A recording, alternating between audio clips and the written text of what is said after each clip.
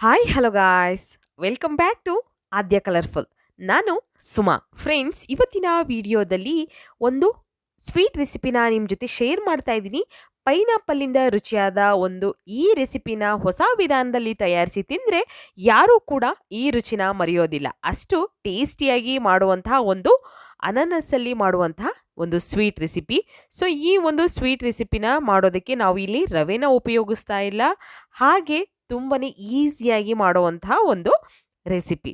ಇಲ್ಲಿ ನಾನು ಒಂದು ಪೈನಾಪಲ್ನ ತಗೊಂಡಿದ್ದೀನಿ. ಸೊ ಒಂದು ಪೈನಾಪಲ್ನ ಅದರ ಸಿಪ್ಪೆ ಎಲ್ಲ ತೆಗೆದ್ಬಿಟ್ಟು ನಂತರ ಅದನ್ನು ವಾಶ್ ಮಾಡಿ ಇವಾಗ ಈ ಥರ ತುರಿದು ಇಟ್ಕೋಬೇಕಾಗುತ್ತೆ. ಸೊ ಫ್ರೆಂಡ್ಸ್, ನೀವ್ಯಾರಾದ್ರೂ ಫಸ್ಟ್ ಟೈಮ್ ನನ್ನ ಚಾನಲ್ಗೆ ವಿಸಿಟ್ ಮಾಡಿದರೆ ಪ್ಲೀಸ್ ನನ್ನ ಚಾನಲ್ನ ಸಬ್ಸ್ಕ್ರೈಬ್ ಮಾಡ್ಕೊಳ್ಳಿ, ಹಾಗೆ ಲೈಕ್ ಮಾಡಿ ಮತ್ತು ಶೇರ್ ಮಾಡಿ ಫ್ರೆಂಡ್ಸ್. ಈಗ ನೋಡಿ, ನಾನು ಪೈನಾಪಲ್ನ ಈ ಥರ ತುರಿದು ಇಟ್ಕೊಳ್ತೀನಿ. ಸೊ ಎಷ್ಟು ಸಣ್ಣಕ್ಕೆ ಬರುತ್ತೋ ಅಷ್ಟು ಚೆನ್ನಾಗಿ ಬರುತ್ತೆ ಇದು. ನೋಡಿ, ಈ ರೀತಿ ನಿಮಗೆ ಸ್ವಲ್ಪ ತಿಂದಾಗ ಬಾಯಿಗೆ ಸಿಗಬೇಕು ಅನ್ನೋದಾದರೆ ಸ್ವಲ್ಪ ದಪ್ಪವಾಗಿ ನೀವು ಇದನ್ನು ತುರ್ಕೋಬೋದು. ಇಲ್ಲ ತುಂಬ ಸಣ್ಣದಾಗಿ ಬರಲಿ ನಮಗೆ ಅನ್ನೋದಾದರೆ ನೀವು ಇನ್ನೂ ಇದರ ಚಿಕ್ಕ ಹೋಲಲ್ಲಿ ನೀವು ತುರಿದು ಇಟ್ಕೊಳ್ಬೋದು. ಸೊ ಇವಾಗ ಒಂದು ಪೈನಾಪಲ್ನ ನಾನು ತುರಿದು ಇಟ್ಕೊಂಡಿದ್ದೀನಿ. ಸುಮಾರು ಇದು 1 kg ಆಗೋಷ್ಟು ಪೈನಾಪಲ್, ನಾನು 1 kg ಪೈನಾಪಲ್ ತೊಗೊಂಡಿದ್ದು. ಸೊ ಈಗ ನೋಡಿ, ಪೂರ್ತಿ ನಾನು ತುರಿದು ಅದನ್ನು ಇಟ್ಕೊಂಡಿದ್ದೀನಿ. ಇದನ್ನು ಭಟ್ರು ಹೇಗೆ ಮಾಡ್ತಾರೋ ಅದೇ ಈಸಿ, ಅದೇ ಥರ ಅದೇ ಟೇಸ್ಟಿಯಾಗಿ ನೀವು ಮನೆಯಲ್ಲಿ ಹೇಗೆ ಮಾಡ್ಕೊಳ್ಬಹುದು ಅಂತ ನಾನು ಇವತ್ತಿನ ವಿಡಿಯೋದಲ್ಲಿ ತಿಳಿಸ್ಕೊಡ್ತಾ ಇರೋದು. ಸೊ ನೋಡಿ, ಇಲ್ಲಿ ನಾನು ಕೆಲವೊಂದು ಇಂಗ್ರೀಡಿಯೆಂಟ್ಸ್ನ ತಗೊಂಡಿದ್ದೀನಿ. ಸೊ ಇದಲ್ಲದೆ ಇದಕ್ಕೆ ಕೋವಾ ಕೂಡ ಬೇಕಾಗುತ್ತೆ. ಕೋವಾ ಇಲ್ಲ ಅಂದರೂ ಕೂಡ ನೀವು ಹಾಲಲ್ಲಿ ಕೂಡ ಮಾಡ್ಬೋದು, ಅಥವಾ ಹಾಲಿನ ಕೆನೆ ಇದ್ದರೆ ಅದನ್ನು ಕೂಡ ಉಪಯೋಗಿಸ್ಬೋದು. ಹಾಗೆ ಬಾದಾಮ್ ತಗೊಂಡಿದ್ದೀನಿ, ಮತ್ತು ದ್ರಾಕ್ಷಿ ತಗೊಂಡಿದ್ದೀನಿ, ಹಾಗೆ ನಾನು ಇಲ್ಲಿ ಗೋಡಂಬಿ ತಗೊಂಡಿದ್ದೀನಿ, ಮತ್ತು ಪ್ಲೈನ್ ಕೇಕ್ ಕೂಡ ಬೇಕಾಗುತ್ತೆ, ಮತ್ತು ಚೆರಿ ಬೇಕಾಗುತ್ತೆ. ಸ್ಟ್ರಾಬೆರಿ ಇದ್ದರೆ ಸೊ ಅದನ್ನು ಕೂಡ ಉಪಯೋಗಿಸ್ಬೋದು ಡಿಸೈನ್ ಮಾಡ್ಕೊಳ್ಳೋದಕ್ಕೆ, ಏನು ತೊಂದರೆ ಇಲ್ಲ. ಈಗ ನೋಡಿ, ತುರಿದಿರೋಂತಹ ಪೈನಾಪಲ್ನ ನಾವು ಈಗ ಒಂದು ಸೈಡ್ ತೆಗೆದಿಟ್ಕೊಂಡ್ಬಿಡೋಣ. ಇದಕ್ಕೆ ಮತ್ತೆ ನಮಗೆ ತುಪ್ಪ ಬೇಕಾಗುತ್ತೆ ಫ್ರೆಂಡ್ಸ್. ಸೊ ತುಪ್ಪನ ಕೂಡ ಉಪಯೋಗಿಸಿ ಮಾಡಬೇಕು. ತುಪ್ಪ ಇಲ್ಲ ಅಂತಂದರೆ ಸ್ಕಿಪ್ ಮಾಡಿ, ನೀವು ಆಯಿಲ್ ಅಥವಾ ದಾಲ್ಡಾ ಯಾವುದನ್ನು ಬೇಕಿದ್ರೂ ಕೂಡ ಉಪಯೋಗಿಸ್ಬೋದು.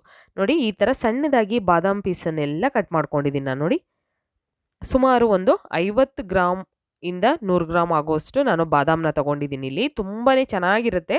ನಾವು ಜಾಸ್ತಿ ಡ್ರೈ ಫ್ರೂಟ್ಸ್ನ ಹಾಕಿ ಈ ಒಂದು ಸ್ವೀಟನ್ನು ಮಾಡೋದ್ರಿಂದ ಮಕ್ಕಳಿಗಂತೂ ತುಂಬ ಇಷ್ಟ ಆಗುತ್ತೆ, ಹಾಗೆ ತುಂಬಾ ಹೆಲ್ತಿಯಾಗಿ ಕೂಡ ಇರೋವಂಥ ಒಂದು ರೆಸಿಪಿ ಇದು. ಸೊ ಇಲ್ಲಿ ಚೆರಿ ತೊಗೊಂಡಿದ್ದೀನಿ, ನೋಡ್ಬೋದು ನೀವು. ಚೆರಿನ ನಾವು ಕಟ್ ಮಾಡಿಕೊಂಡು ಕೂಡ ನೀವು ಅದನ್ನು ಡಿಸೈನ್ ಮಾಡ್ಕೋಬೋದು, ಅಥವಾ ಸ್ಟ್ರಾಬೆರಿ ಇದ್ದರೆ ಖಂಡಿತ ಅದರಲ್ಲೂ ಕೂಡ ಮಾಡ್ಕೋಬೋದು. ಈಗ ನೋಡಿ, ಇಲ್ಲಿ ನಾನು ಪ್ಲೈನ್ ಕೇಕನ್ನು ತೊಗೊಂಡಿದ್ದೀನಿ. ಸೊ ಈ ಪ್ಲೈನ್ ಕೇಕಲ್ಲಿ ಸೈಡಲ್ಲಿರೋಂತಹ ಬ್ರೌನ್ ಕಲರ್ನ ತೆಗೆದು ಬಿಡೋಣ. ಸೈಡಲ್ಲಿರೋಂಥದ್ದು ಬ್ರೌನ್ ಕಲರ್ನ ತೆಗೆದು ನಾವು ಇದನ್ನು ಬಿಡಿಸ್ಕೊಳ್ಬೇಕು. ಸೊ ಪುಡಿ ಪುಡಿ ಥರ ಮಾಡ್ಕೋಬೇಕು. ಬೇಕು ಅಂದರೆ ನೀವು ಇದನ್ನು ಮಿಕ್ಸಿ ಜಾರ್ಗೂ ಕೂಡ ಹಾಕ್ಕೊಂಡು ಪೌಡರ್ ಥರ ಮಾಡ್ಕೋಬೋದು. ಬಟ್ ಕೈಯಲ್ಲೇ ಹೇಗೆ ಮಾಡ್ಕೊಳ್ಳೋದು ಅಂತ ತಿಳಿಸ್ಕೊಡ್ತೀನಿ ನಾನು. ಹೀಗೆ ಮುರಿದು ಹಾಕಿರೆ ಸಾಕು, ತುಂಬಾ ಚೆನ್ನಾಗಿ ಅದು ಪುಡಿ ಪುಡಿಯಾಗಿ ಆಗುತ್ತೆ. ನೋಡಿ, ಹೀಗೆ ಭಟ್ರು ಮಾಡೋ ಅಷ್ಟೇ ಟೇಸ್ಟಿಯಾಗಿ ನೀವು ಮನೆಯಲ್ಲಿ ರುಚಿಯಾಗಿ ಮಾಡ್ಕೊಳ್ಬೋದು. ಈ ರೀತಿ ನಾನು ಈಗ ಎಲ್ಲದನ್ನು ಕೂಡ ಕೇಕನ್ನು ಈ ಥರ ಬಿಡಿಸ್ಕೊಳ್ತೀನಿ. ನೀವು ಬೇಕು ಅಂದರೆ ಪೌಡರ್ ಥರ ಮಾಡ್ಕೋಬೇಕು ಅಂದರೆ ಒಂದು ಮಿಕ್ಸಿ ಜಾರ್ಗೆ ಹಾಕಿ ಅಲ್ಲಿ ಕೂಡ ನೀವು ಪೌಡರ್ ಮಾಡ್ಕೋಬೋದು. ತುಂಬಾ ಬೇಗ ಮಾಡ್ಕೋಬೋದು ಈ ಒಂದು ಪೈನಾಪಲ್ ರೆಸಿಪಿನ. ಸೊ ಖಂಡಿತ ಎಲ್ಲರಿಗೂ ಕೂಡ ಇಷ್ಟ ಆಗುತ್ತೆ. ಪೈನಾಪಲ್ಲಿಂದ ರುಚಿಯಾದ ಒಂದು ಈ ರೆಸಿಪಿ ಹೊಸ ವಿಧಾನದಲ್ಲಿ ತಯಾರಿಸಿ ತಿಂದರೆ ನೀವು ಯಾವತ್ತೂ ಕೂಡ ಈ ರುಚಿನ ಮರೆಯೋದಿಲ್ಲ. ಅಷ್ಟು ಈಸಿಯಾಗಿ ಟೇಸ್ಟಿಯಾಗಿ ಮಾಡುವಂತಹ ಒಂದು ಅನಾನಸಿನ ಸ್ವೀಟ್ ರೆಸಿಪಿ. ಈಗ ಒಂದು ಬಾಣಲೆ ತೊಗೊಂಡಿದ್ದೀನಿ. ಸೊ ಈ ಬಾಣಲೆಗೆ ಇವಾಗ ತುರಿದಿರೋ ಅಂತಹ ನಾವು ಅನಾನಸ್ ಇದೆಯಲ್ಲ ಅದನ್ನು ಹಾಕ್ಕೊಂಡಿದ್ದೀನಿ. ಸೊ ಇದಕ್ಕೆ ನೀರೇನನ್ನೋ ಹಾಕಕ್ಕೆ ಹೋಗಬೇಡಿ. ನೋಡಿ, ಅದೇ ಒಂದು ಸ್ವಲ್ಪ ಬಿಸಿ ಆದಾಗ ನೀರು ಬಿಟ್ಕೊಳ್ಳುತ್ತೆ. ನೋಡಿ, ಹೀಗೆ ಇದನ್ನು ಮಿಕ್ಸ್ ಮಾಡ್ತೀರಿ. ಫಸ್ಟು ಸ್ಟವ್ನ ಲೋ ಫ್ಲೇಮಲ್ಲೇ ಇಟ್ಕೊಂಡು ನಾವು ಇದನ್ನು ಬೇಯಿಸ್ಕೋಬೇಕು. ಸೊ ಇದಕ್ಕೆ ತುಪ್ಪ ಅಥವಾ ಬೇರೆ ಏನನ್ನೂ ಕೂಡ ಹಾಕಿಲ್ಲ ನಾನು. ಅದರಲ್ಲಿರೋಂಥ ನೀರಿನಂಶ ಸ್ವಲ್ಪ ಬಿಟ್ಕೊಂಡಿದೆ. ಸೊ ಅದು ಫುಲ್ ಡ್ರೈ ಆಗೋ ಹಾಗೆ ನಾವು ಇದನ್ನು ಬೇಯಿಸ್ಕೊಳ್ಳೋಣ. ಫಸ್ಟು ಸ್ವಲ್ಪ ಇದನ್ನು ಬೇಯಿಸೋದು ನಿಮಗೆ ಟೈಮ್ ತಗೊಳುತ್ತೆ ಫ್ರೆಂಡ್ಸ್. ನೋಡಿ, ಈ ರೀತಿ ಸ್ವಲ್ಪ ನೀರು ಬಿಟ್ಕೊಂಡಿದೆಯಲ್ಲ, ಸೊ ಇದೆಲ್ಲ ಡ್ರೈ ಆಗಲಿ, ಅಲ್ಲಿವರೆಗೂ ಇದನ್ನು ಚೆನ್ನಾಗಿ ನಾವು ಕುದಿಸ್ಕೊಳ್ಳೋಣ. ಹೀಗೆ ಮಿಕ್ಸ್ ಮಾಡ್ತಾಯಿರಿ. ಸ್ವಲ್ಪ ಅದು ಕುದಿ ಬಂದಾಗ ನೀವು ಅದನ್ನು ಬಿಟ್ಟರೆ ನೋಡಿ ಸ್ವಲ್ಪ ನೀರು ಕೂಡ ಇಲ್ದಂಗೆ ಪೂರ್ತಿ ಡ್ರೈ ಆಗಿದೆ. ಜಾಸ್ತಿ ಹೈ ಫ್ಲೇಮ್ ಮಾಡಬೇಡಿ. ಹೈ ಫ್ಲೇಮ್ ಮಾಡೋದ್ರಿಂದ ಸ್ವಲ್ಪ ಸೀದೋಗುತ್ತೆ. ಸೊ ನೋಡಿಕೊಂಡು ನೀವು ಸ್ಟವ್ನ ಲೋ ಫ್ಲೇಮಲ್ಲಿ ಇಟ್ಕೊಂಡು ಬೇಯಿಸ್ಕೊಳ್ಳಿ. ಈಗ ನಾನು ಇದಕ್ಕೆ ಒಂದು 3 ಟೇಬಲ್ ಸ್ಪೂನ್ ಆಗುವಷ್ಟು ನೀರನ್ನು ಹಾಕ್ಕೊಳ್ತಾ ಇದ್ದೀನಿ. ಒಂದು 3 ಟೇಬಲ್ ಸ್ಪೂನ್ ಸಾಕು. ಇಷ್ಟನ್ನು ಹಾಕಿ ಒಂದು ಪ್ಲೇಟನ್ನು ಮುಚ್ಚಿ ಇದನ್ನು ಬೇಯೋದಕ್ಕೆ ಬಿಟ್ಬಿಡೋಣ. ಓಕೆ, ಇನ್ನು ಒಂದು 3 ನಿಮಿಷ ನಾವು ಹಾಗೆ ಇದನ್ನು ನೀರು ಮತ್ತೆ ಅದು ಫುಲ್ಲು ಡ್ರೈ ಆಗಬೇಕು. ನೀರು ಅಲ್ಲಿವರೆಗೂ ಇದನ್ನು ಬೇಯಿಸ್ಕೋಬೇಕು. ಆಗ ಕರೆಕ್ಟಾಗಿ ಆಗಿರುತ್ತೆ. ಸೊ ಮತ್ತೆ ಈಗ ಒಂದು ಬಾಣಲೆ ತಗೊಳ್ಳೋಣ. ಇದಕ್ಕೆ ನಾನು ಇಲ್ಲಿ ಸುಮಾರು ಒಂದು 3ರಿಂದ 4 ಟೇಬಲ್ ಸ್ಪೂನ್ ಆಗೋಷ್ಟು ತುಪ್ಪನ ಹಾಕ್ಕೊಳ್ತಾ ಇದ್ದೀನಿ. ತುಪ್ಪ ಸ್ವಲ್ಪ ಕರಗಿದ ನಂತರ ಇದಕ್ಕೆ ನಾವು ದ್ರಾಕ್ಷಿನ ಹಾಕ್ಕೊಳ್ಳೋಣ. ನೋಡಿ, ದ್ರಾಕ್ಷಿ ಸ್ವಲ್ಪ ತಗೊಂಡಿದ್ದೀನಿ ನಾನು. ಹಾಗೆ 2 ಚಕ್ಕೆ ಮತ್ತು 1 ಲವಂಗ, ಹಾಗೆ ಈಗ ಗೋಡಂಬಿ ಮತ್ತು ಬಾದಾಮ್ ಕೂಡ ಹಾಕ್ಕೊಳ್ಳೋಣ. ತುಂಬಾ ಟೇಸ್ಟಿಯಾಗಿ ತುಂಬ ಈಸಿಯಾಗಿ ಮಾಡುವಂತಹ ಒಂದು ಪೈನಾಪಲ್ ಹಲ್ವಾ ರೆಸಿಪಿ ಇದು. ಸೊ ಇದನ್ನು ಪೈನಾಪಲ್ ಫುಡ್ಡಿಂಗ್ ಅಂತ ಕೂಡ ಹೇಳ್ಬೋದು. ಯಾಕೆಂದರೆ ಹಾಗೇ ಇರುತ್ತೆ ಇದು ಪೈನಾಪಲ್ ಹಲ್ವಾ ಅಂತ ನಮ್ಗೆ ಅನಿಸೋದೇ ಇಲ್ಲ. ಅಷ್ಟು ಚೆನ್ನಾಗಿರುತ್ತೆ. ನಾವು ಯಾವುದೇ ರೀತಿಯಾದಂಥ ರವೆ ಏನನ್ನು ಉಪಯೋಗಿಸ್ತಲೇ ಮಾಡ್ತಿರೋವಂಥ ಒಂದು ಹಲ್ವಾ ಇದು. ಸೊ ಈಗ ಮಿಕ್ಸ್ ಮಾಡ್ಕೊಳ್ಳೋಣ ಚೆನ್ನಾಗಿ ಇದನ್ನು. ತುಪ್ಪ ಮತ್ತು ಡ್ರೈ ಫ್ರೂಟ್ಸು ಹಾಗೆ ಈ ಬೇಯಿಸಿರೋಂತಹ ಅನಾನಸ್ನ ನಾವು ಚೆನ್ನಾಗಿ ಮಿಕ್ಸ್ ಮಾಡ್ಕೋಬೇಕು. ಎಲ್ಲ ಕೂಡ ನೀಟಾಗಿ ಮಿಕ್ಸ್ ಆಗೋ ಥರ ನಾವು ಇದನ್ನು ಮಿಕ್ಸ್ ಮಾಡ್ಕೋಬೇಕಾಗುತ್ತೆ. ನೋಡಿ, ಈ ರೀತಿ ನಾನು ಫಸ್ಟ್ ಒಂದ್ಸಲ ಮಿಕ್ಸ್ ಮಾಡಿದ ನಂತರ ಇಲ್ಲಿ ಒಂದು 100 ಗ್ರಾಮಿನಷ್ಟು ನಾನು ಕೋವಾ ತಗೊಂಡಿದ್ದೀನಿ. ನೋಡ್ಬೋದು ನೀವು. ಕೋವಾ ತಗೊಂಡಿರೋದನ್ನು ಇವಾಗ ಇದಕ್ಕೆ ನಾವು ಹಾಕ್ಕೊಳ್ಬೇಕಾಗುತ್ತೆ. ಸೊ ಕೋವಾ ಹಾಕಿ ಈ ಸ್ವೀಟನ್ನು ಮಾಡಿದ್ರೆ ಅದರ ರುಚಿನೇ ನೆಕ್ಸ್ಟ್ ಲೆವೆಲಲ್ಲಿರುತ್ತೆ ಫ್ರೆಂಡ್ಸ್. ಅಷ್ಟು ಚೆನ್ನಾಗಿರುತ್ತೆ.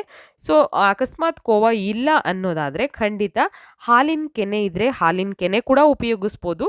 ಸೊ ಅದು ಇಲ್ಲ ಅಂದರೆ ಸ್ವಲ್ಪ ಹಾಲು ಕೂಡ ಎಲ್ಲರ ಮನೇಲಿ ಇದ್ದೇ ಇರುತ್ತೆ. ಹಾಲನ್ನು ಹಾಕಿ ಕೂಡ ನೀವು ಈ ಕೋವಾನ ಮಾಡ್ಕೊಳ್ಬೋದು ಫ್ರೆಂಡ್ಸ್. ಈಗ ಕೋವಾ ಹಾಕಿದ ನಂತರ ಚೆನ್ನಾಗಿ ಇದನ್ನು ಮಿಕ್ಸ್ ಮಾಡ್ಕೊಳ್ಳೋಣ. ನೋಡಿ, ನೀವು ಯಾವುದೇ ಹಬ್ಬಗಳಿಗಾಗಲಿ ಅಥವಾ ಯಾವುದಾದ್ರೂ ಫಂಕ್ಷನಿಗೆ ಡಿಫ್ರೆಂಟ್ ಆಗಿರೋವಂಥ ರೆಸಿಪಿಗಳನ್ನು ಟ್ರೈ ಮಾಡಬೇಕು ಅಂದಾಗ ಖಂಡಿತ ಈ ರೆಸಿಪಿನ ಟ್ರೈ ಮಾಡಿ. ನಿಮಗೆ ತುಂಬ ಇಷ್ಟ ಆಗುತ್ತೆ. ಮತ್ತು ಇದನ್ನು ನಾವು ರೆಡಿ ಮಾಡಿ ಸುಮಾರು ಒಂದು 15ರಿಂದ 20 ದಿನದವರೆಗೂ ಕೂಡ ಸ್ಟೋರ್ ಮಾಡಿ ನಾವು ಇದನ್ನು ತಿನ್ಬೋದು. ಯಾವುದೇ ರೀತಿ ಕೆಡೋದಿಲ್ಲ. ಇದು ತುಂಬ ಚೆನ್ನಾಗಿ ಬರುತ್ತೆ. ಹಾಗೆ ಮಕ್ಳಿಗೆ ತುಂಬ ಇಷ್ಟ ಆಗುತ್ತೆ. ನೋಡಿ, ಕೋವಾ ನೀಟಾಗಿ ಮಿಕ್ಸ್ ಆಗಿದೆ. ಸೊ ಇವಾಗ ಕೈ ಬಿಡದ ಹಾಗೆ ನೀವು ಮಿಕ್ಸ್ ಮಾಡ್ತಾನೆ ಇರಬೇಕು. ಯಾಕೆಂದರೆ ಬೇಗ ತಳ ಹಿಡಿದು ಬಿಡುತ್ತೆ. ಈಗ ಇದಕ್ಕೆ ರುಚಿಗೆ ತಕ್ಕಷ್ಟು ಸಕ್ಕರೆನ ಹಾಕ್ಕೊಳ್ಳೋಣ. ಸಕ್ಕರೆ ಹಾಕಿ ಈಗ ಮಿಕ್ಸ್ ಮಾಡ್ಕೊಳ್ಳೋಣ. ನಿಮ್ಮ ರುಚಿಗೆ ಅನುಗುಣವಾಗಿ ನೀವು ಸಕ್ಕರೆನ ಉಪಯೋಗಿಸಿ. ನೋಡಿ, ಹೀಗೆ ನಾನು ಮಿಕ್ಸ್ ಮಾಡ್ಕೊಳ್ತಾ ಇದ್ದೀನಿ ನೀಟಾಗಿ. ಹೀಗೆ ಮಿಕ್ಸ್ ಮಾಡಿದ ನಂತರ ನಿಮಗೆ ಇದಕ್ಕೆ ಫುಡ್ ಕಲರ್ ಬೇಕು ಅಂದರೆ ನೀವು ಯೆಲ್ಲೋ ಫುಡ್ ಕಲರ್ನ ಉಪಯೋಗಿಸಿ. ಅಥವಾ ಬೇಡ ಅನ್ನೋದಾದರೆ ಖಂಡಿತ ನೀವು ಸ್ಕಿಪ್ ಮಾಡ್ಬೋದು. ಮಕ್ಕಳಿಗೆಲ್ಲ ಮಾಡಿಕೊಡೋದಾದರೆ ಖಂಡಿತ ಫುಡ್ ಕಲರ್ನ ಸ್ಕಿಪ್ ಮಾಡಿ ಫ್ರೆಂಡ್ಸ್. ನಾನು ಒಂದು ಪಿಂಚಷ್ಟು ಫುಡ್ ಕಲರ್ನ ಹಾಕಿ ನಂತರ ಮಿಕ್ಸ್ ಮಾಡ್ಕೊಳ್ತಾ ಇದ್ದೀನಿ. ನೋಡಿ, ಹೀಗೆ ಮಿಕ್ಸ್ ಮಾಡ್ಕೊಳ್ಳೋಣ ನೀಟಾಗಿ.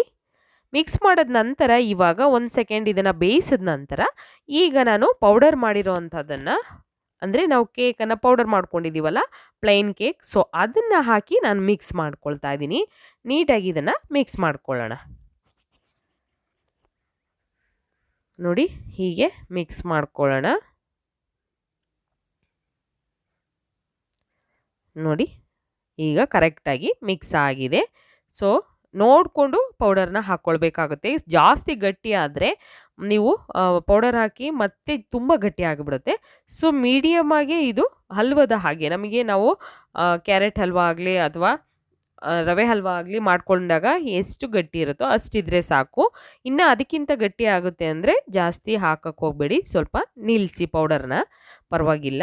ಈಗ ನೋಡಿ ಕರೆಕ್ಟಾಗಿ ಆಗಿದೆ. ಸೊ ಇದನ್ನು 1 ನಿಮಿಷ ಹೀಗೆ ಬೇಯಿಸಿ ನಾನು ಇದನ್ನು ತೆಗೆದಿಟ್ಕೊಳ್ತೀನಿ. ತುಂಬಾ ಈಸಿಯಾಗಿ ಟೇಸ್ಟಿಯಾಗಿ ಪೈನಾಪಲ್ನಿಂದ ತಯಾರಿಸುವ ರುಚಿಯಾದ ಒಂದು ರೆಸಿಪಿ. ಈ ಒಂದು ಪೈನಾಪಲ್ ಹಲ್ವಾನ ಒಂದ್ಸಲ ತಯಾರಿಸಿ ನೋಡಿ ಹೇಗೆ ಬಂತು ಅಂತ ತಪ್ಪದೇ ಕಾಮೆಂಟ್ ಸೆಕ್ಷನಲ್ಲಿ ತಿಳಿಸಿ. Okay, bye, see you, take care.